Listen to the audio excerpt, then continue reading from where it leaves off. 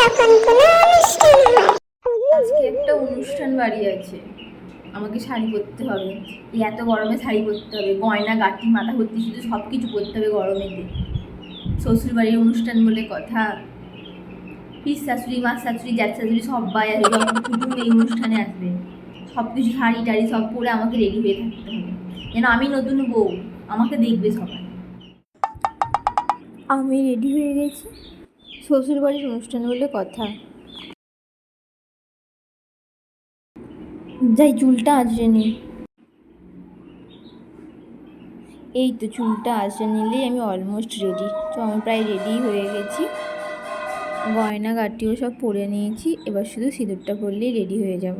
আসলে কি বলো তো, শ্বশুরবাড়ির অনুষ্ঠান বলে কথা, মোটা করে সিঁদুর পরতে হবে যাতে আমাকে নতুন বউ বউ লাগে, তবেই না সবাই বলবে এবারের বউ। বাপের বাড়ির যখন কোনো অনুষ্ঠান। আজকে একটা বিয়ে বাড়ি আছে, আমার তো মনেই ছিল না কখন রেডি হবো। ও এটা তো আমার বাপের বাড়ির অনুষ্ঠান, কোনো প্রবলেমই নেই। একটা কিছু পরে নেবো, যাই হোক কিছু হয়ে যায়।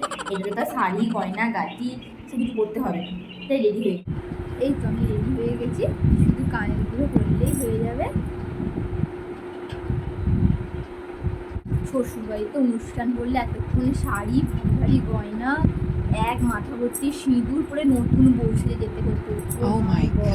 এটা আমার বাপের বাড়ির অনুষ্ঠান, বাবা আমি যা খুশি করে যেতে পারি।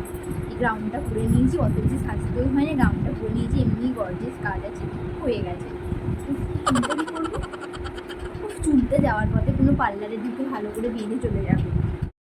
আমাদের ভিডিওটা যদি ভালো লাগে তাহলে পেজটা ফলো করে দেবে, আর লাইক কমেন্ট আর শেয়ার করে দেবে।